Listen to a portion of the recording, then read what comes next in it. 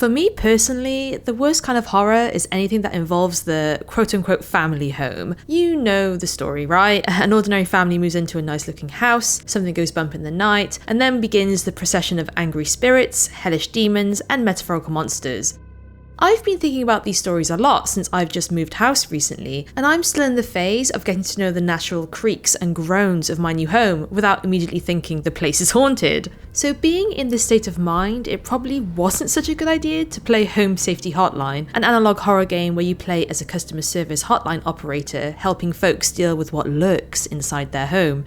It begins with helping callers with their mice and mold problems, but quickly escalates to creepy cryptids, sentient fungi, missing children, and even gods. Home Safety Hotline takes place in a warped mirror version of 90s suburban America. There's newly homed couples, soccer mums, and confused grandmas all calling you with particular pest problems. Like there's a weird scratching in the attic, or something smells inside the wall, there's an ooze secreting from a kitchen drain. Oh, wait, they always do that. You need to listen to their problems, search through your database, and give them advice on how to solve their problem. Pretty straightforward. It's a setup we've seen develop in the indie horror scene over the years. There's Dredge, The Closing Shift, and Night of the Consumers, to name a few. They all mess with the idea of a seemingly mundane job revealing itself to be more sinister than it first may seem. The database entries on your computer are limited at first, but become unlocked the more days you do on the job, and soon enough, a whole world begins to open. Your usual household issues start to escalate into strange and creepy new realms, one where there's bed teeth. Yes, bed teeth! Correctly identifying the issue is the outcome you want, but give them the wrong information and they'll call you back distressed, angry, or changed in some way. These calls are fully voice acted too, and some of them can be pretty upsetting. Like one time there's a man crying down the phone because he can't remember his wife's face. His memories have been extracted by a supernatural being. There's a panicked mother who calls about not being able to find her son after he complained about strange noises coming from his closet. It's pretty unnerving. There's something in the basement. I've seen it. It's huge, almost as big as my dog. You can hear the confusion in these people's voices and feel their panic about having their personal spaces invaded. But although each caller is dealing with their own unique visitor, one thing they all have in common is that they can't actually see their uninvited guests.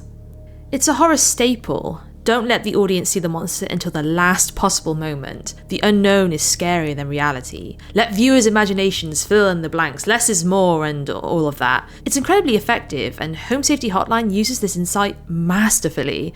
It's essentially the power of suggestion. These places are familiar to us, so we can't help but imagine them in our own spaces. The game plants a belief that something could be in our own homes, and this suggestion festers in our own thoughts.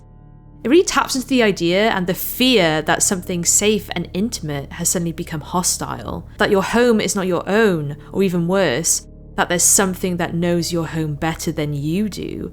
But Home Safety Hotline's horror has a little twist. These events aren't happening directly to you, but the confused and frightened callers asking you, an quote-unquote expert, for help. You're just a witness to these happenings, a helpless outsider looking in. What makes it worse is that if you give the incorrect advice, you can make it worse for these victims.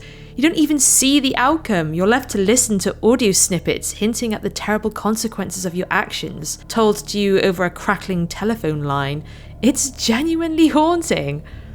I know that these creatures do not exist, but whatever my rational self might say, I'll always freeze up when I hear a bump in the attic or a floorboard creak. Home Safety Hotline taps directly into that fear, a fear that we all have, and has just given these once invisible happenings a terrifying new face.